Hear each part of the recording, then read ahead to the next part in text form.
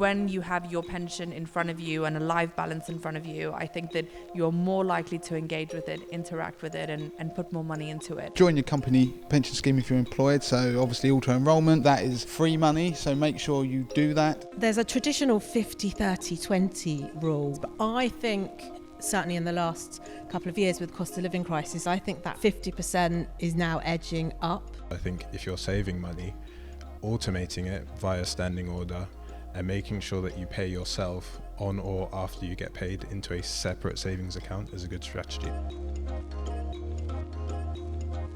Good evening, everyone. I'm Romi Savova. I'm the founder and CEO of PensionBee, and I started the company to make pension simple so that everyone can look forward to a happy retirement. So I hope that we can help tonight. My name's Timi Merrimen-Johnson. I run a financial education platform called Mr. MoneyJar, and I talk about personal finance, getting on the property ladder, and investing. And there's a line about yourself, right? I'm a new Brightonian. I just moved here. I escaped London, so I'm really happy. So I'm Beattie, otherwise known as Mrs. MummyPenny. So we've got a Mr. and a Mrs. Not Mr. and Mrs. I'm not from Brighton. I live in Hertfordshire. I've just celebrated my 10-year anniversary of Mrs. MummyPenny. So I write predominantly for women, particularly mums. I'm Damien Fahy. I run Money to the Masses, which is a personal finance website. I've been doing it since 2010, and I also host the Money to the Masses podcast. Join your company pension scheme if you're employed. So obviously auto-enrolment, you will have match pension contributions, so that is free money. So make sure you do that and don't opt out. The other thing is to invest regularly. So I would say that make sure you are investing what you can, any surplus, and obviously that's got to take into account of your wider circumstances.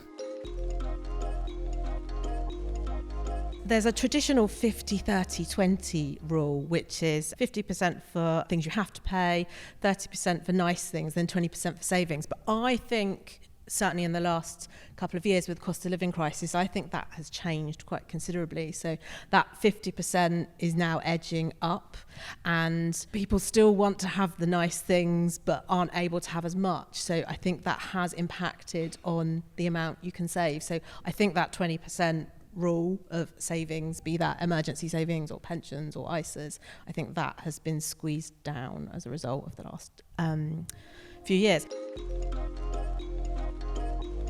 You can look to how we save into pensions as to see some good principles around saving. So there's no such thing as dipping into your pension, because you can't access your pension until a particular age. So I think if you're saving money, automating it via standing order and making sure that you pay yourself on or after you get paid into a separate savings account is a good strategy, because if you are prone to dipping into your savings, not because you're a bad person, it's just that's human nature. You're going to spend what's there. So separating it out works.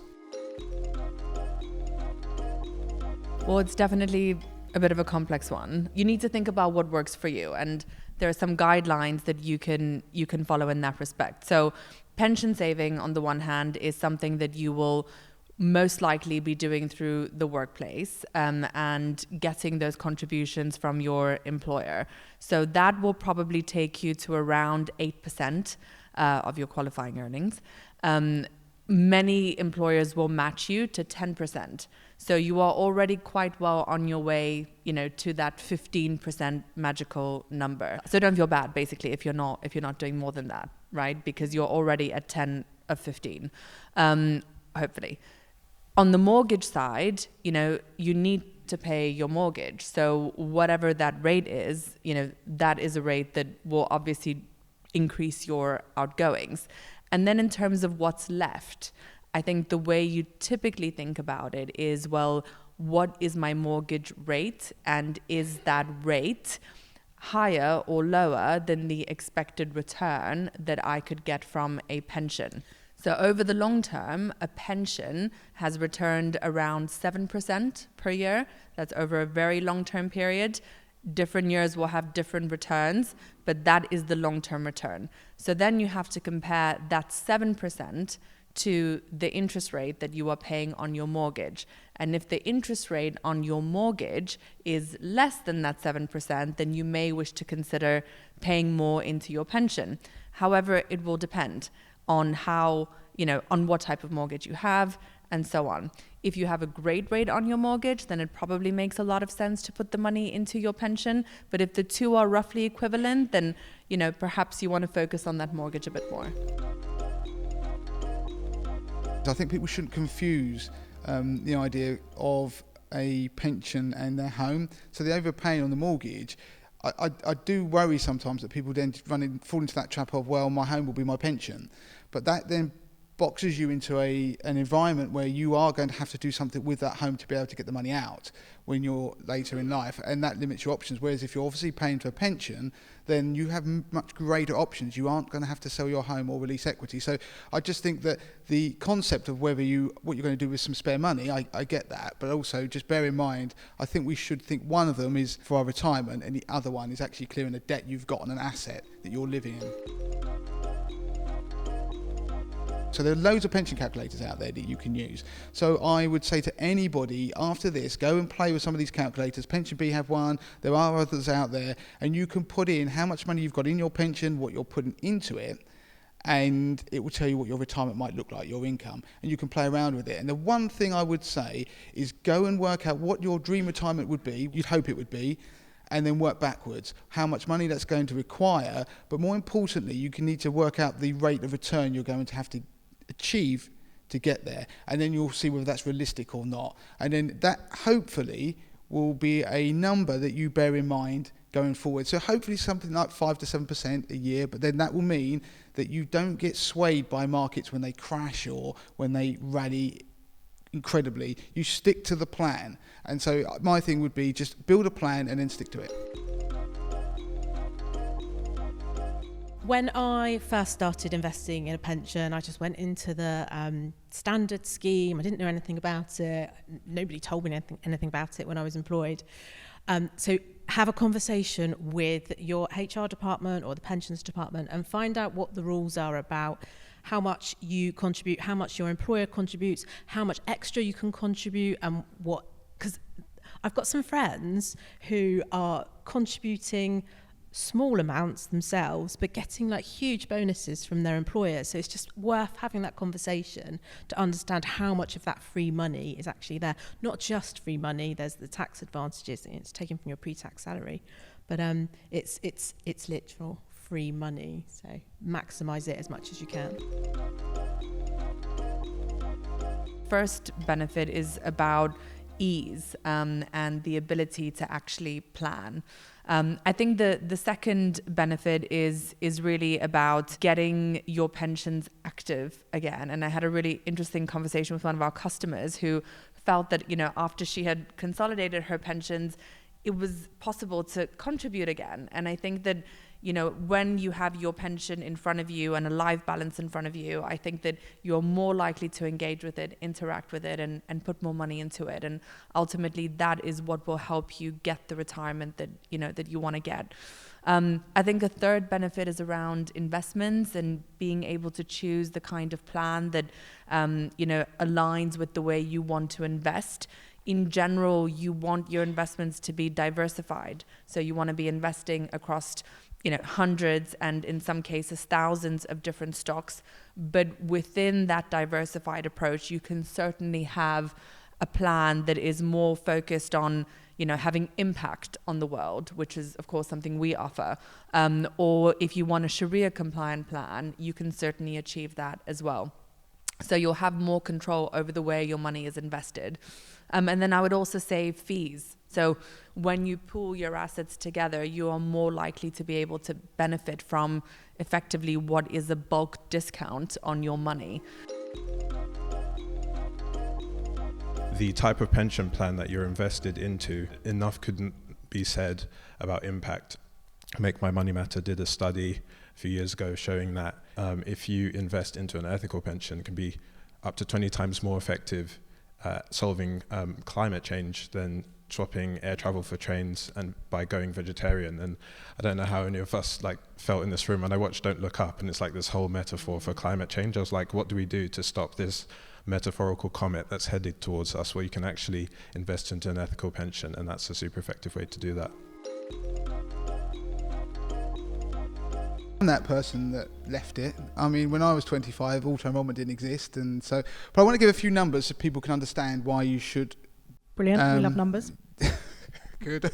So if you were 25 and you put in £100 into your pension a month, and your employer did the same, you're going to retire at 65. Let's assume you get 7% a year growth. That's before inflation. Now, if that money rolled up, that's 40 years, and we're not assuming the contributions go up.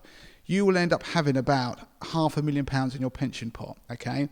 If you're 45, so you're starting 20 years later, so you're my age, and you decide to do the same thing, and you go, well, I want to have the same pension pot as somebody who was 25 who started earlier, you might think, well, I've only got 20 years to go till I'm 65, so if they were put in 200 in total, £100 themselves, £100 from their employer, given the same assumptions, well, would I have to do double? Well, no, you don't. I'd have to do 5 times as much. So I'd have to put in £1,000 a month in total, 500 for me, 500 for my employer. So that's the difference. If you don't start early enough, then the compounding you don't benefit from it ultimately. We have a self-employed pension, and I think probably the most important thing is that you can pay in as you like. So you can make one-off contributions. For example, if you've just had a very lucrative contract, you can kind of put that money in as soon as you get it, or you can set up the regular contributions at a kind of base rate that you feel comfortable with. But I think even if you are self-employed and you're not getting the employer contribution, you're still getting the government contribution. So for every £100 you put in, the government will add 25, and we get that automatically on behalf of our customers. And if you're a higher rate taxpayer, it's even more than that, but you have to claim the extra bit through your self-assessment. I feel really uncomfortable with making a regular monthly contribution. So what I tend to do is create a pretend one in my business bank account, which then sort of builds up. And when I know that I've got, say, 3 to 6 months worth, that's just my risk attitude, 3 to 6 months of emergency money, then anything I've got on top of that, I'll then put into my pension sort of every quarter. And I've got a PensionBee pension, full disclosure. The fossil fuel free one is the one I went for. But the other great, so I'm a limited company, so I use it as a really great sort of tax advantage at the end of the year, where if I've got too much profit in my company, then I will put a chunk more into my pension because it reduces my tax bill. One thing I want to say is there's no guarantee with investing, okay? It's like surfing. So if you're surfing, you're going up and down the waves, you are going to get wet once in a while. So if you don't want to get wet, then you sit in cash. That's you've got to take on some risk. There are calculators out there. There's risk profiling questionnaires out there that can help you assess your level of risk. Things like PensionBee will also do that for you, give you an indication of what your risk could be. You've still got to make decisions yourself. Aside from that, on the what's going on with markets, okay, so your age, what you've got to bear in mind is that there will be a financial crisis, and there'll be probably 2 or 3 by the time you retire. So it's not this one you want to worry about or the one after, it's the one after that. So you've got to realise that there's going to be massive ups and downs before you retire, and that's the brilliant thing about investing for the long term, because over time assets do tend to go up in value. So you mentioned property, there's a different asset type, there are different things that you can invest in, but over the long run, then the stock market has been one that's suggested does outperform bonds, cash and property.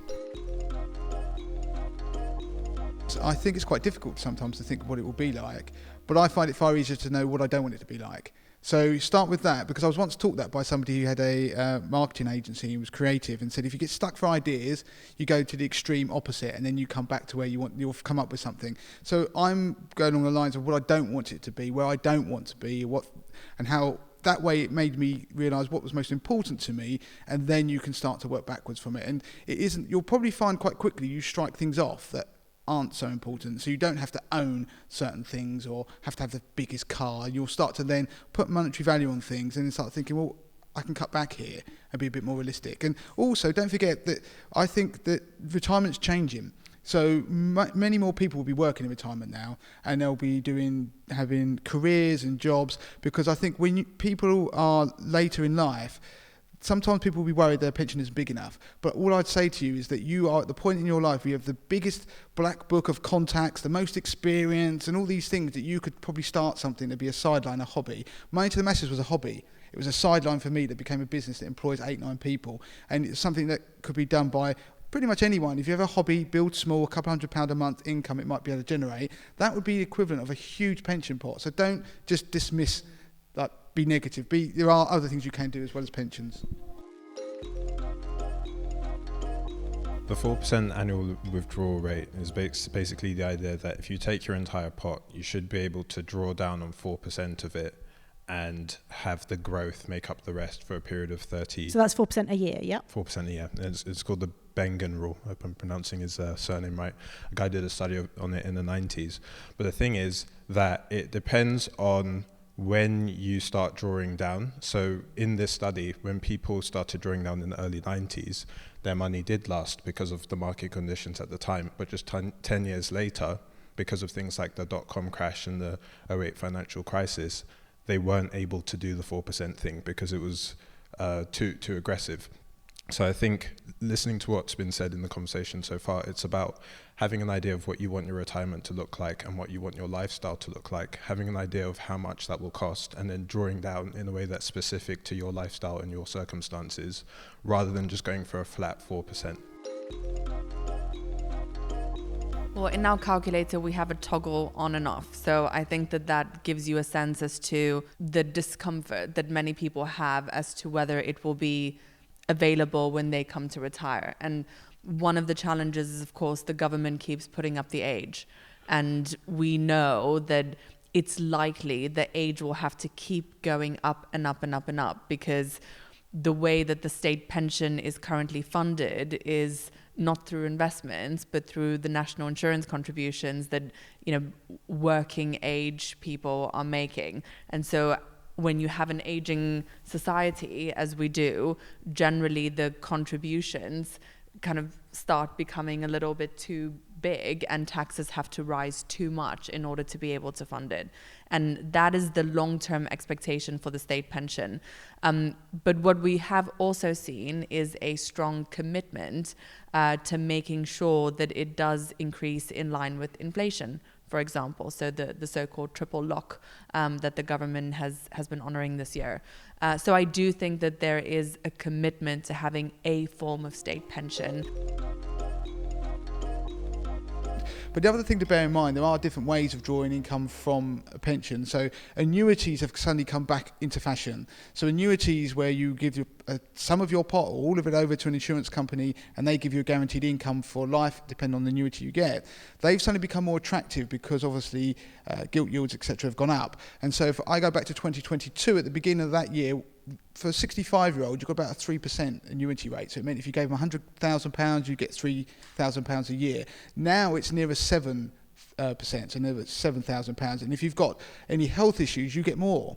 So it can be, and there are more people now who are taking some of their pension pot and using an annuity to make sure their bills are covered while the annuity rates are at recent highs, and then drawing down with the rest of it. So one simple actionable point that I will be doing if the service is still around is accessing PensionWise, which is the government's Money Helper free pension advice service. If you're over the age of 50, you can book an appointment with them, 60 minutes, and you can have that initial conversation about what you might want to do before you seek out more tailored financial advice. Making the plan, basically. So figuring out how much have I got today, when can I actually afford to retire based on how much I want to have per month. And I think getting the ballpark idea of what that looks like so that you can get into a frame of mind that if you do need to close any gaps, I think sometimes it can take a while to build up to implementing the plan to close the gap. I have 3 boys.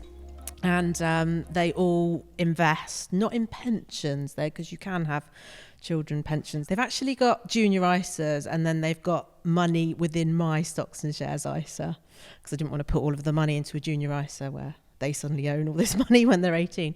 But I just engage them by getting them to pick the plans that they want to put their money in. They'll put birthday money in or Christmas money in, and I show them what's going on with it every not that often, but every now and again. So they're quite engaged with it, and they understand that an investment is a little bit of money in some companies. With younger people, I think it's do the opposite of what happened to me. It's because I opted out of my pensions, is explain the element of the free money and the tax benefits, and that there's so much extra that's being added onto your contribution. It would be silly to not put money into it. But we also maybe need to like sex it up a little bit. The most popular podcast episode we ever did was one called How to Become a Millionaire. And it was based around how you can make your child a millionaire. So I pay into my child's, or one of my children's junior ISAs. Since she was 4, she's now 7. And if you pay small amounts, that you increase that amount by, say, 7% a year. So you're actually increasing the contributions and you're investing. By the time she will be, if she does that, and she then takes on the baton by the time she's 18 with auto-enrolment, she will have way more than £1 million in her pension by the time she's 65 because of the power of compounding.